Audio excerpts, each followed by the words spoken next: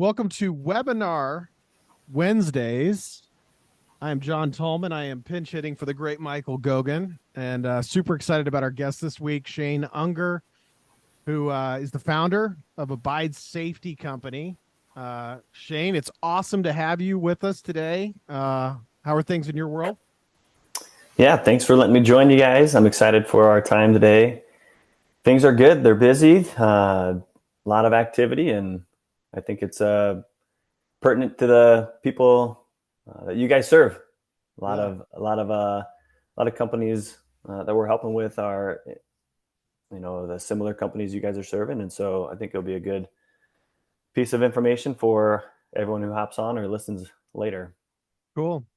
Well, as we let people kind of join here and jump in, I want to let everybody know we want it to be interactive. We want to get to things if you have questions or if you just have comments. And there's two ways to do that. Obviously, there's the chat feature here in Zoom. I know most people are probably familiar with Zoom, but just in case, there's the chat feature. And then if you have a question, there's obviously the Q&A as well. So I'll keep my eye on that, as will Christian, our moderator, and we'll make sure to get to everything. But if anybody wants to test it out, I see we have some attendees kind of jumping in now.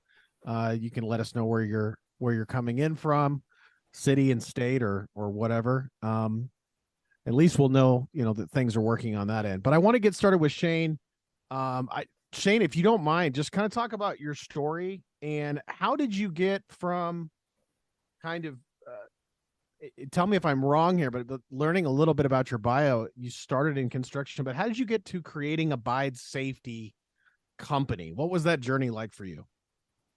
Yeah, I'll give you a little history. I grew up doing construction for my dad.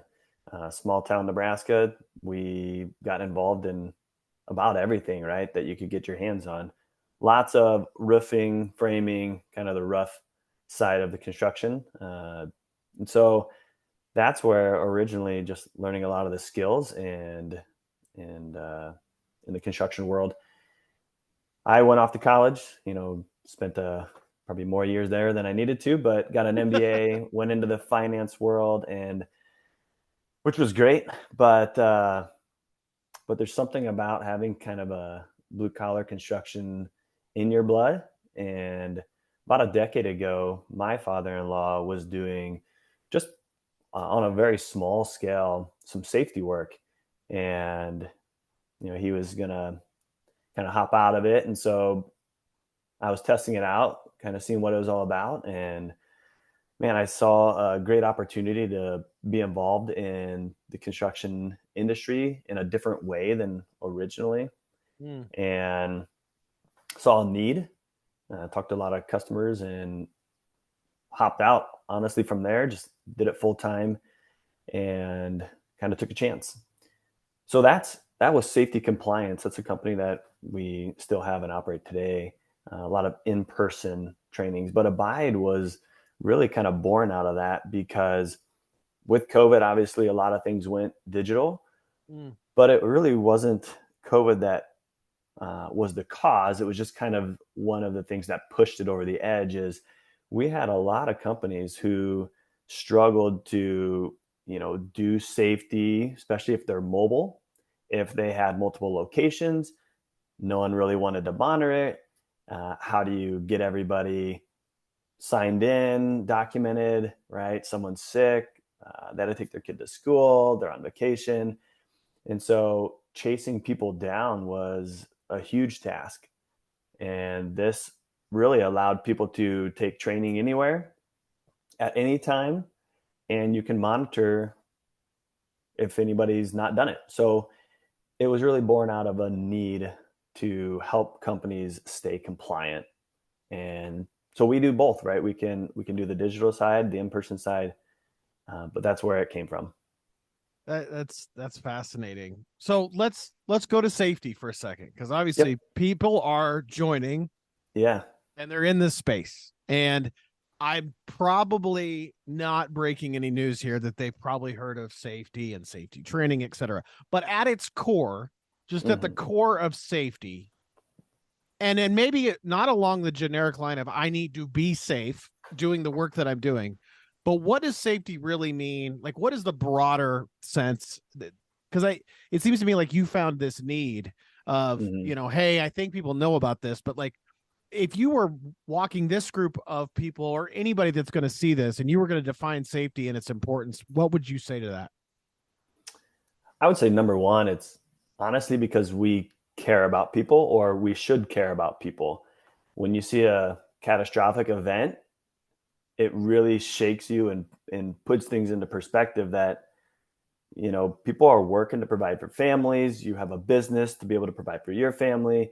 We're all really wanting that same thing, and we truly care about people and their health and their safety.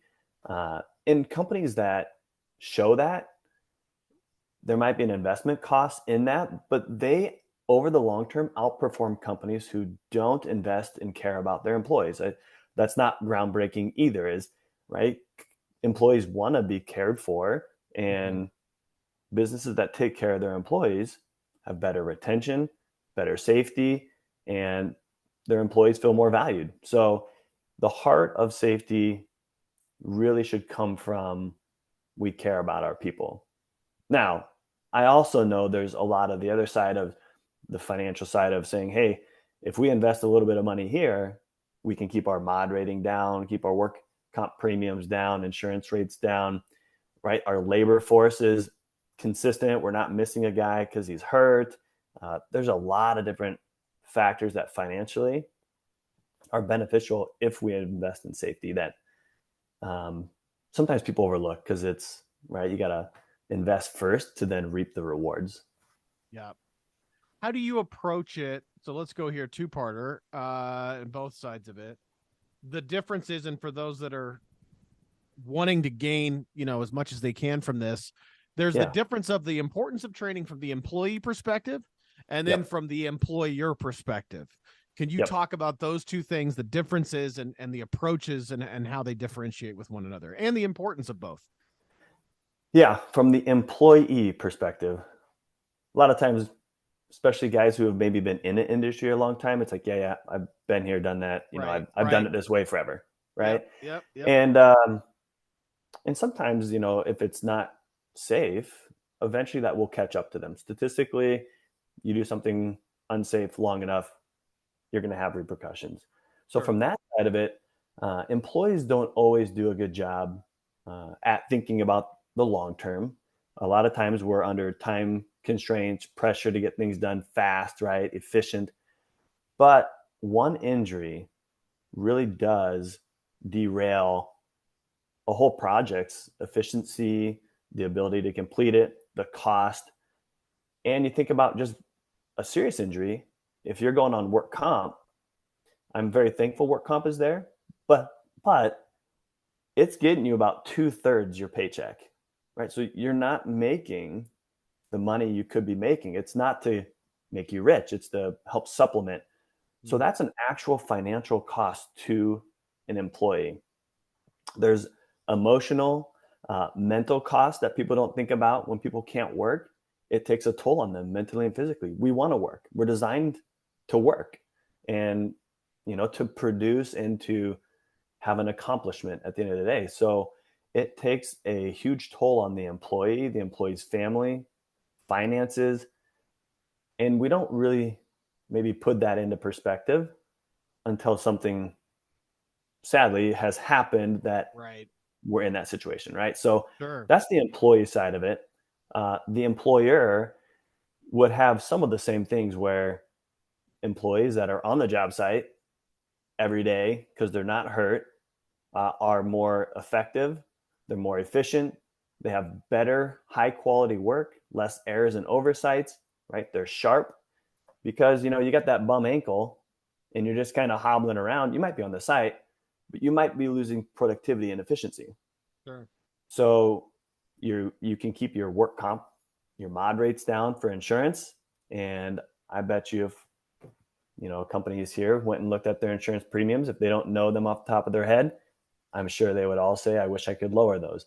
So your mod rating and avoiding medical costs, OSHA costs for citations, safer workers damage less equipment. have less complaints by customers. So we don't always think about all those things when it comes to safety, but one of our biggest complaints is customers complaining about the people working on their own house or business, that Mm, they're unsafe. mm.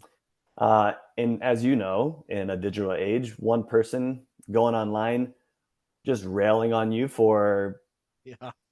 just these guys don't work safe, they're so dangerous, and it can people can see that, and it really does affect. Eh, maybe I'll call a different contractor. Interesting. Do you think that's the biggest misconception is just not thinking about, well, let me back up. Let me ask this a different way. Do you think I have a feeling that everybody knows safety is important on a number of levels Yep, 100%. and they're looking at it from a cost perspective. And I get that. And it's like, okay, what can I maybe like Hmm. what is necessary and what is really overkill? Do you think the biggest misconception is just that I can do the bare minimum, or do you think it's just not understanding the overall cost as it plays out? Like, what is the biggest maybe it Yeah. talking just from the employer perspective on Yep. setting the standard? Like, what do you think that would be? Yeah, I think there's a fair amount of misconceptions, and I think you hit a couple of them. Is one that it's just an astronomical cost, Yeah. that it is just gonna, hey, we can't even afford to do this. Mm, And it might sound a cliche, but I think in many cases you can't afford not to be safe, because it's not a huge lift. It's not a huge investment. And that's one of the things where Abide Safety can help with some of those costs. So that's a digital platform. Um, but also, if they're using CompanyCam, you can be using CompanyCam for a lot of the safety needs that you have. We have a lot of companies who start their day, say if they're roofing, they have to take a picture of the crew all harnessed up starting the job. Right? It's mm, just a standard documentation piece, because the two pieces in construction, fall protection and a ladder not being set up right. So they take a picture of guys wearing harnesses and a ladder at the beginning of the day. Right? mm. That's documented safety for every single site right there. So that's, if they're a CompanyCam user, that's no additional cost.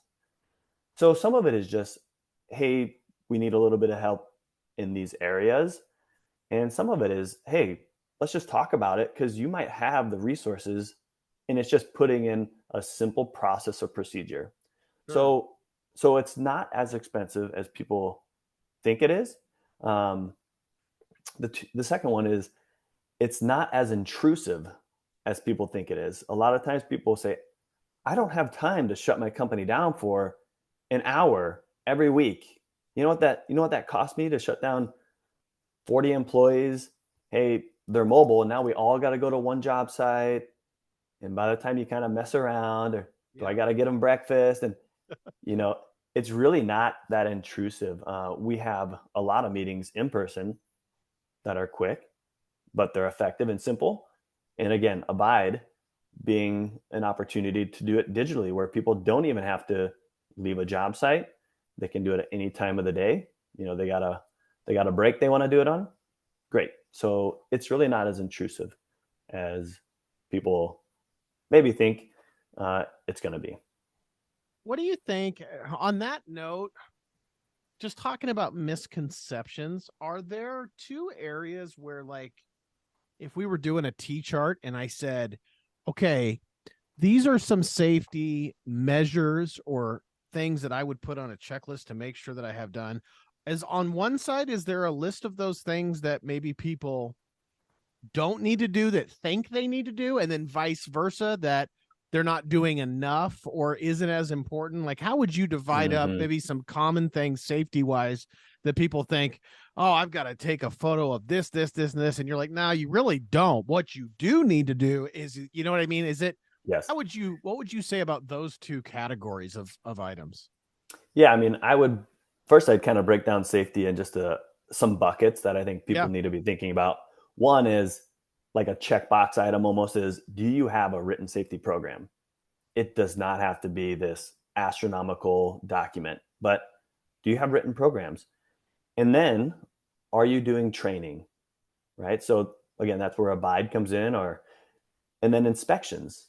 I think that's where CompanyCam comes in to a lot of it is checklists, photos, because what OSHA will say is that, okay, you got the programs, okay, you got the training even, right? Okay, you're doing training, but are you actually enforcing this? So Mm, when we go to an yep. OSHA informal conference, they just walk through this and they'll say, yep, okay, you got the programs. If you don't have the training, okay, you're in trouble there, right? You didn't even train your people. You got trainings, great. Do you ever enforce it? Do you ever go out and see if your people work safely? And you can say, yeah, look, we have all this documentation for every job site for CompanyCam. A couple quick pictures of guys wearing harnesses, a ladder, maybe a hot work permit or confined space, whatever you need, right? You can take a picture of what your company would have as a high risk. And then that also allows us to actually have enforcement where you're like, hey, we take a picture and it's always the same guy who's not working safely, right? We now can follow up on that. Mm. And the last piece that OSHA would say is that you actually need to enforce your discipline policy. No one wants to do it. I get it, especially if you got a good worker. But they would say, hey, have you even given anybody a written warning ever? Right? You've never had anybody do anything that even needed a verbal warning, right? So they're going to look at those categories and say, you got your programs, you got your trainings. Okay, did you check the job sites? Okay, yep. And then is there any teeth to your program? Because if you have a program and you're doing all of this, but there's no repercussions, they would say, yeah, no one really cares about your program, right? They know they can get away with anything unsafe. So I would say those are the big buckets that you need to be thinking about when it comes to what do we need to document? Well, what are your common hazards? Roofers, harnesses, ladders, biggest two issues there. You got plumbers. I mean, if you're doing hot work, right? You're doing any type of soldering Yeah. or body shops, welding, hot work, respiratory work, painters, right? Those are the things that we need to be documenting. So it's a little bit different for each company. Yeah, I was gonna say Monica in the chat brought up that she's really interested in the documentation piece. So my question would be, and I think you started to basically answer it, but if you were her or anybody else and you said, okay, I don't have documentation where I need to go or where I need to Mm-hmm. be from a safety perspective, where do you just basics? Is it something like using CompanyCam and saying, I just need photos of every time I start a new project? Is it as simple as saying, I just need to have a checklist of procedures that when we do X, Y, and Z, we do it this way? How would you go about if you said, okay, I need better or new or any documentation? How would you advise someone to begin? Yeah, the first thing would be like for training, could be a simple sign in, and Hmm. you could take a photo of that, and you have your documented sign in sheet. Which again, that's what Abide helps with when it comes to the training piece of it. You Sure. know, someone takes a training, it's I mean, we know how many minutes they logged in, we know when they took it, when they completed it, we know all that, right? And so it keeps that for you when it comes to things like ladder setup, when it comes to equipment checks, right? Those are the things that you can take pictures of and document those things. Or you have something that is um, unsafe that we need to send into, you know, a supervisor so that they can address it. Obviously, CompanyCam comes into that. Take a picture; it's immediately available. Hey, what do we do about this? Right? This is a new situation. How are we supposed to work around this? How are we supposed to be safe around this? So it's immediate communication back and forth, which is helpful because a lot of times people will run into a situation and it's like, I'm not sure really what to do, but I don't know where anybody's at. You know, it's hard to explain it over the phone. You can take a picture. Hey, what do we do in this situation? So Yep. those are the things that you need to document. Um, but there's a checklist when it comes to your equipment. And I'll have an example here in a little bit, just of one that I wanted to bring up where equipment needed to be documented, that there's maintenance on it. So equipment, could be an annual ladder inspection, could be, respiratory change out schedules, anything that you want to have a consistent documentation of. Mm. A photo is a perfect example to just snap a picture. It's documented. Now I don't have to lug around a bunch of paper. And each company should set a standard. I think one of the nice parts about CompanyCam and using that is a company should say, hey, here's our standard on a job site, right? Here's what we find is our high risk items that every job site should take a picture of X, Y, and Z. Right. So then your foreman, your supervisor, they're not like, well, is this not? It's no, every job site we're taking a picture of these handful of things. That's what we document every single time we start a new job site. Sure. Yeah, I wondered about that. Kurt in the chat said, for him, and this would be interesting to know how you would approach it, but just as an example, because what I find so cool about the space that we serve is that you've got CompanyCam users that are in a number of different trades, spaces, industries. Yep. It sometimes gets wrapped up in this big, oh, you're in the trades, you're skilled professional, you're this, you're that, the other. But every situation is different. Just like every business is different. Kurt says, for instance, they're an office moving company. So they got a large fleet of vehicles, 50 plus, 200 plus crews. They go out to job sites. And then on top of that, he's got a 300,000 square foot warehouse with forklift drivers. So Absolutely. On that level, you're probably talking about a number of different, steps and documentation. And when I've talked to CompanyCam customers through my interviews, I found it really interesting of just getting to, that's why I wanted to bring up the basics, because it's like just to the very entry level of, okay, I want to get better at this, or I feel like I'm a 2 on a 1 to 5, or I'm a whatever. I found that a lot of times they'll say, we just started with every time you go to this has to happen. Every time you go to this has to happen.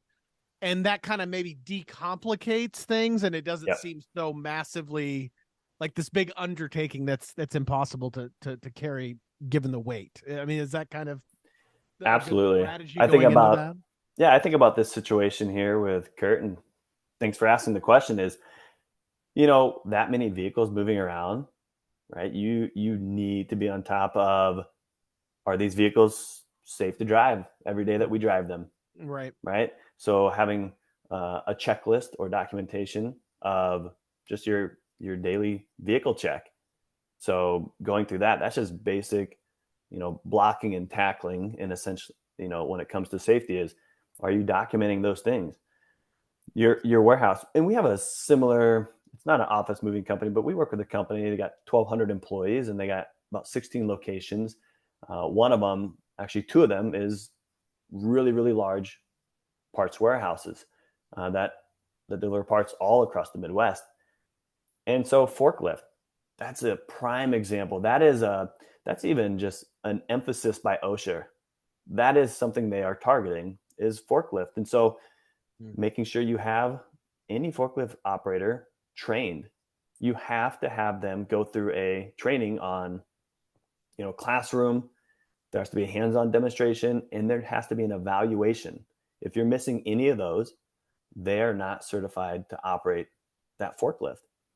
And the next part about, again, with Abide, we can help you with all the training. And then, whether it's us coming in and doing an evaluation, or you guys just take that and do the evaluation so that you have all the pieces, we can help take away some of the complication of training. Do I have all the right material? Are they going through what they should be learning? So that it's all available. The nice part is with Abide, we can, or you can, any user can record data. So if a company wants to say, hey, I want to actually make a training for my people on how to do this thing exactly, you can make that training. Essentially, we can assign it to everybody on your team. So we have 150 plus courses available, but you can also, you want to do an annual company video letter to all your employees, you can use that our platform to do that. So you can create anything you want to deliver training even above and beyond that's very custom to your company. That's very cool. And I just want to make sure I get this out here. We'll put this out a Yep, number of times, but it's abidesafety.com. Is that correct? For more that is information correct. about it. Cool. Abidesafety.com. Let's get to some more real world applications. Mm-hmm. So, couple of stories. Can you tell me about like a proactive situation where like the documentation did the covering of one's butt, so to speak? Yeah, Like, yeah, tell me where being proactive was crucial there. yeah. I won't say their name, but I'm going to use an example from your guys' CEO, their family's company. Yeah. It's been years ago, but yeah, there was a OSHA stopped at a job site, and a guy wasn't wearing his harness, doing exactly what he shouldn't have done.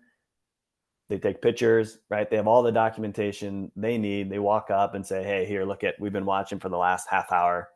You know, you guys Mm. not being safe." Uh, and then because of the proactive nature of the company, is we had multiple years of training. So this person had gone through fall protection training multiple times. We had documentation of job sites. They use CompanyCam, and they were able to also historically show that we monitor that these guys are using harnesses before they start their jobs or as they start their jobs. And so when we went in, it went from a $13,500 fine to a $0 fine. And that's in the old pay structure with OSHA. Just as a caveat, that $13,000 fine today would be much more expensive.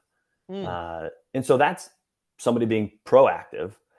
On the flip side, we had a company just this year, and it's right. It's the sad story where a guy dies at a work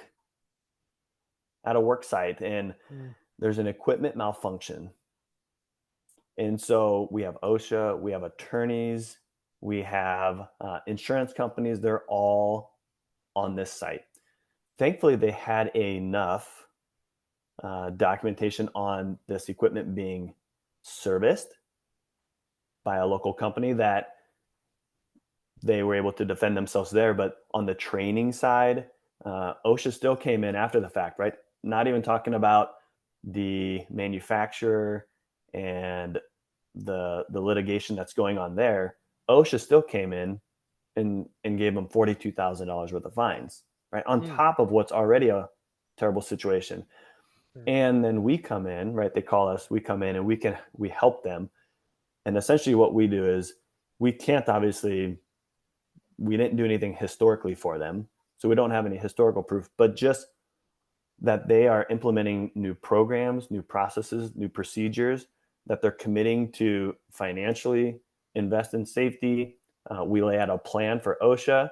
And then part of our settlement agreement is to follow up with OSHA on documentation that they are going to do what they said they're going to do to become a safer company. And 30-40% reduction is the fine is still not great, but it's a lot better than what it was. So when you come in behind the eight ball, trying Yeah. to react, you have less in your arsenal to essentially defend, right? Because what it comes down to is I could train a guy 100 times. I could enforce it on a job site. The second the foreman leaves or the supervisor leaves, the guy unhooks, right? It's Yep. essentially it becomes an employee negligence. And we have to defend that the company is doing what they can do. And when you're proactive, you have all that in your arsenal to say, look, we train, we provide, we monitor, we even enforce and discipline when we need to. Mhm. We're doing all the steps that we can do. And so, yeah, proactive, like anything else, is going to be a lot. And that's the piece where it's like you invest now Yeah. and you're going to see the returns later. Yeah.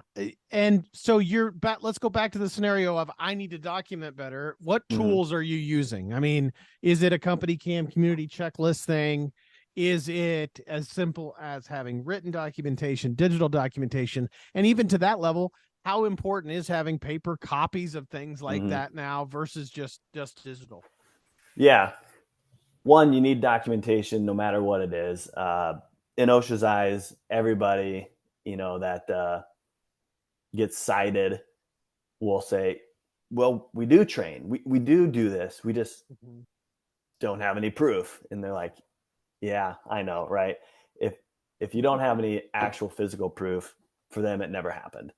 So I think even back to one of the things that gets overlooked is you don't have to do one or the other. It doesn't have to be all digital. It doesn't have to be all paper, right? Or in person. I think some of the companies that do it best have a combination of both, where they can say they're doing online trainings and that's digitally recorded and documented. That's a perfectly acceptable form of documentation for OSHA. They might be using CompanyCam for monitoring, for checklists, and that again is a perfectly acceptable form of proof for OSHA when it's like, yeah, look at we checked this job site, we checked this trench that we dug. Yeah, look at we took pictures and sent it back, and we had a conversation on how to work safely in this area. So all that is perfectly acceptable. So is paper, though, Sure. right? So we still have a lot of people who are signing in physically on a piece of paper, giant folders, decades worth of safety meetings. And so when OSHA comes or they show up or we need to find records of somebody's training and you're going through a lot of papers, that's not as ideal. Perfectly acceptable, though. So I think the combination of, I do think there are things that training wise that you can easily do online, right? With Abide, Mm-hmm. but Yeah. then also pairing that with, yeah, maybe we're doing we got one company in town who's they do an annual safety week and on top of their digital trainings. So they do in-person forklift certification because you can't do all of that online. Respirator fit testing, right? That's an annual thing. If people are wearing respirators, you have to physically be fit tested. So, Mm. okay, we'll do that training. So there are things that we combine online and in person. And that's why I think every company should just look at what fits us best and how can we utilize all the resources that are out there. CompanyCam, Abide, in person, whatever it might be. So it's not just a one stop, this is going to do every single thing for me. Generally, it's a combination. And that's good too, because as a leader of your company, it gives you an opportunity to be in front of people. And again, you could send as many courses to your employees that you want, but if you don't demonstrate in some way, shape, or form that you care about safety, again, it actually takes away from your safety culture. People have to know that you actually care about their safety and that you're investing in it.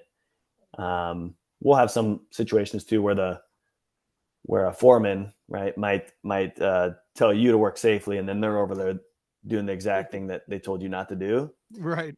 I mean, it works against itself, right? It's Yeah. just like if you got kids. I mean, I got 4 boys, and it's like they see me doing that, they're gonna be like, "Yeah, right, Dad." Like, Yeah, you're doing it. yeah, exactly, right? Hypocrite. And so, again, Oh. you can do all the training in the world, but if you don't lead by example, if you don't show that it's actually valuable, it erodes and deteriorates all of that investment that you put in. So you can't say one thing and do another. It's interesting. I one of the things I think that's interesting about CompanyCam is the use cases for people doing things, because it is, a communication tool either with your customers, whether you're creating a report that's for a customer, but also the internal needs, and then using tools that you would think, okay, that's for a customer, like video walkthrough mode.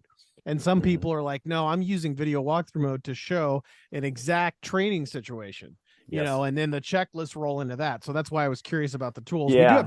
We have like two questions here. I want to get to some of these as well. Perfect. Kurt says, question at some point, would Abide Safety cater training courses and pricing to our specific needs? Yeah, I mean, absolutely. There's a, if you reach out, I'd love to have a conversation with you. I will say this: you can look at what we offer and our competitor pricing. A lot of times, like you just hop online right now to take an individual course might cost 25, $30 for somebody to go through a course. Uh, we can offer 150 different courses. English and Spanish will be here in the next couple weeks available. So that's another easy way to help train somebody when what's being trained, right? The quality of your content, English or Spanish.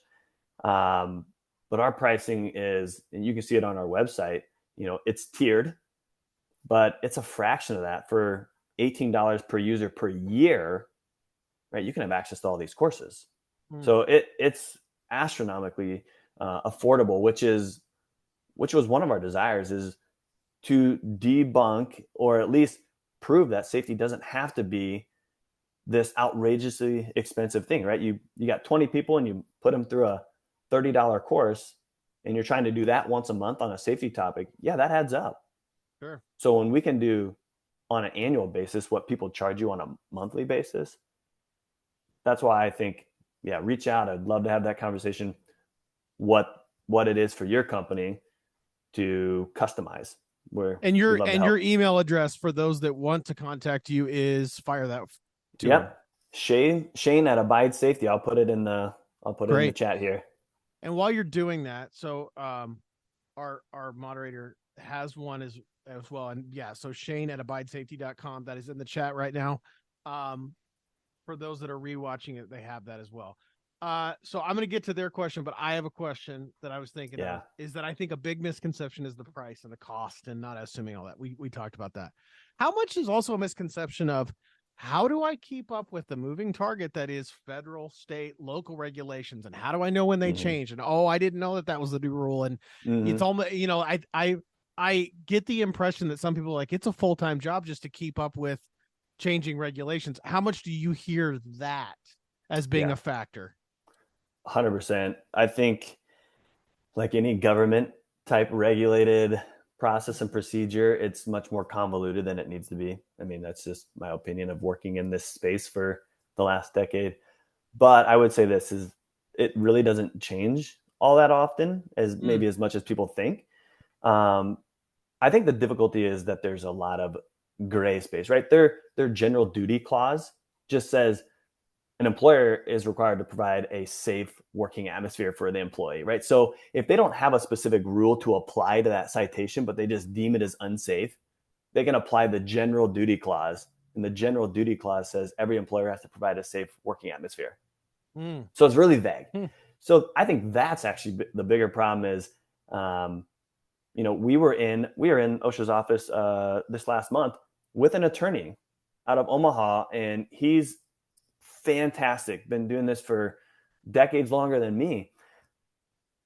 And we spent 2 hours trying to distinguish between what this OSHA regulation means. And we are debating with OSHA themselves. And they didn't know. They had to go to their regional director.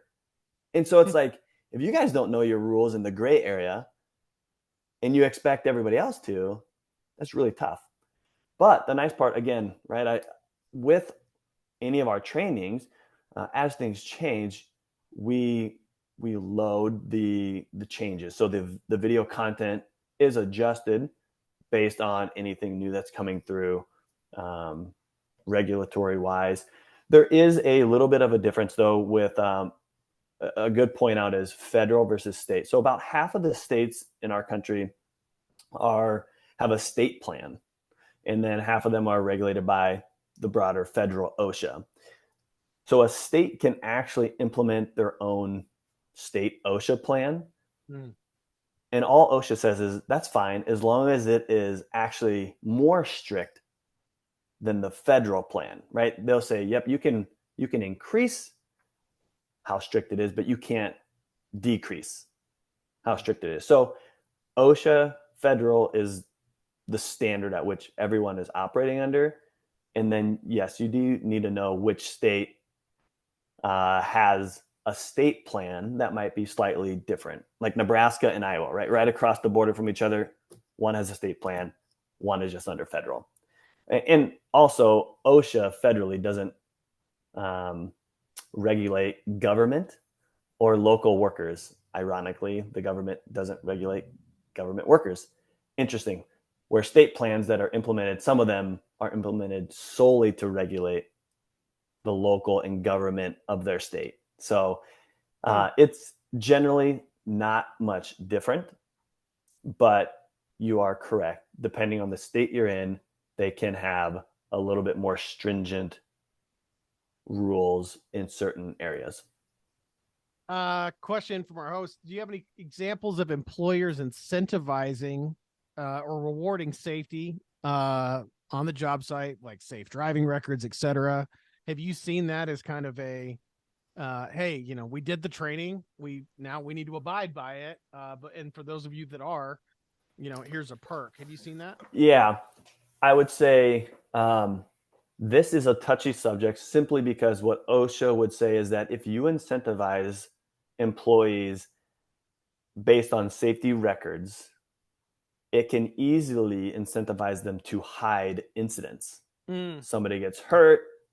I don't want to report this because then our whole company could lose its bonus, right? So if your bonus is set upon safety, OSHA would say that is not appropriate.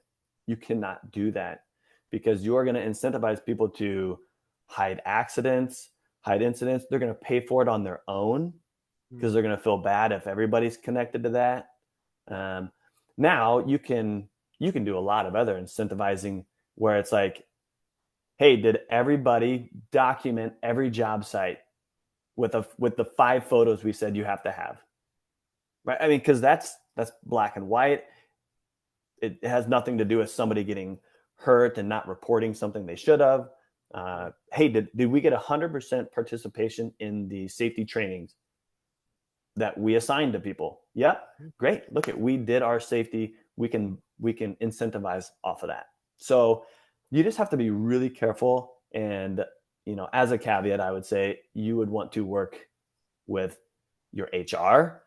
But I know from an OSHA perspective, you got to be careful not to incentivize people where you're ultimately going to incentivize them to hide, diminish, or not report something that is actually a reportable injury or health hazard. So hopefully that makes sense. It is a little bit, you got to tiptoe around that. Make sure you're incentivizing the right things. No, I get it for sure. Shane Unger is joining us, Abide Safety, abidesafety.com. His email is shane@abidesafety.com. So Kurt has a question. He's talking about proactive photos in CompanyCam and kind of taking them. He's like, we always know what photos to take after something has happened. They're doing a weekly facility audit that sometimes just includes visuals of areas. What would you suggest for somebody that's going to want to take proactive photos in a place with like a storage warehouse where they're racking and they have forklifts and all that? Yeah, it gets to be a challenge, right? One, I would say, just from a safety perspective, is you don't always want to just be taking pictures of the bad stuff. Hey, I saw a guy, hanging off a ladder the way he shouldn't have, and I saw a guy doing this wrong. You need to take pictures of those, but you should always be taking pictures and documenting people doing things correctly. Right. And so with CompanyCam, I think one of the things you can document, and I think you guys use it well for your customers, is say you're at a customer's house, you get there and something's broken or damaged. You're like, hey, I'm going to take a picture of this because I don't want them to say, look what you guys did. Right, exactly. So in the warehouse situation, right? Whether it's, hey, here's our dock plates, or here's our racking, or whatever it might be. Yeah, having consistent image of those to show we're doing a it's not a job site inspection like you think about for a mobile company, but it's a work site inspection. Yeah, every time we do a work site inspection, whether that's weekly, monthly, whatever your cadence is, we're taking pictures of our racking system, right? Make sure it's not overweight, that it's not damaged, because then if somebody does damage it, right, you can go back and say, hey, look, it was not like that. Equipment, your docks, any of that stuff that you can see before and after. So That's great. Yeah, that's fantastic. I Yeah, one of don't. the Yeah, comments there with pre-existing damage. That's huge, and really you want to train your people too. Again, I use my example of my four boys. One time I came home and there was a hole in my basement wall, and I asked my boys what happened, and no one knew what happened. Like magically, oh this yeah. hole showed up. Yeah, like no, I don't know, Dad.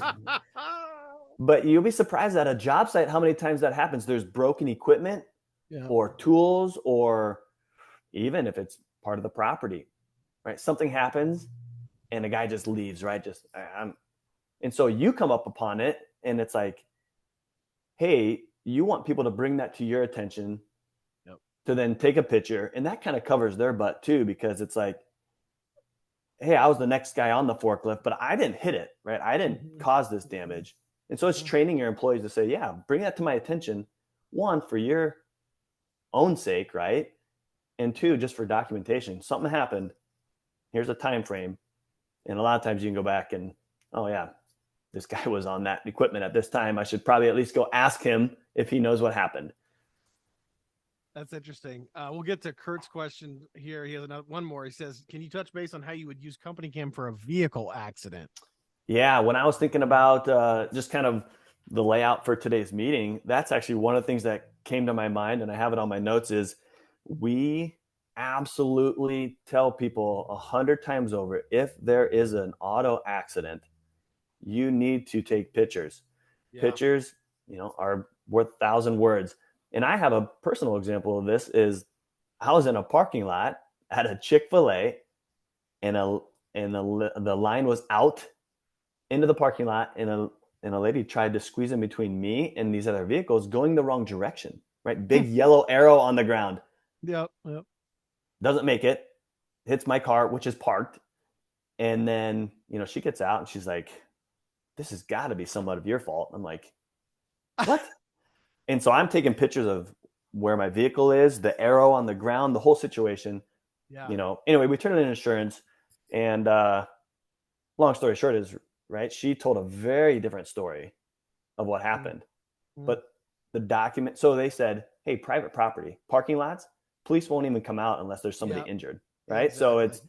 it's Yep. it's 50-50. You take care of your vehicle, she takes care of hers. And I showed pictures. I was like, no way. Like this, here's the situation. She's clearly in the wrong. Within 15 minutes of conversation, thank you, sir. We'll send you a check. Yep. And so, uh, just making sure on a vehicle accident, yeah, you need to document that. And plus, people who are in that situation, they're really frazzled. I mean, Oh a yeah. lot of times Yeah. people Good are not point. thinking quite right, and Good so point. Good point. getting images can tell the story that they might not remember some of those details because they were just, Kind of I like mean, take a breath. Let's get yes, photos here. Yeah. yes, Exactly. Yeah. yep. Yeah. Even just the story we've all heard, getting a photo of the other person's registration, Oh yeah. insurance, contact. There's been too many situations where someone gives you a name and a number, and you never hear from them again. Yeah. So yeah, but we had one this last year where based on the skid marks, they could estimate some of the speed, and so this was a pretty big, is a pretty bad accident. But even based on some of the distance of the skid marks, based on a photo, Mm. was used as some of the proof of the other vehicle speeding. So 100% take images of any accident. Again, the one I gave you where the guy died, uh, photos, right? Photos. I know that might sound counterintuitive to what you're thinking at the time. Obviously, you get the guy help, but as soon as you can, taking photos of that exact job site and the situation, Mm. uh, again, tells a lot of what happened. So 100% accident, post accident situations, CompanyCam is a huge resource, and we need to utilize it to tell the correct story. Oh, this is fantastic. Shane, I don't see any other questions. I'm going to throw your email out again. It is Shane at abidesafety.com. The website is abidesafety.com. We even in the chat there Yeah. before we log out. We've got the pricing page too, because I know somebody had asked about that. But I really appreciate your time. This was fantastic. I hope it was beneficial, and we will have this up on our YouTube page here in the next few days as well. And yeah, and there's the email once more in the chat as Yeah. well. Shane, thank you so much for the time. Really enjoyed it. Yeah. Appreciate it. Love being on here. Have a good day. Okay. Thank you.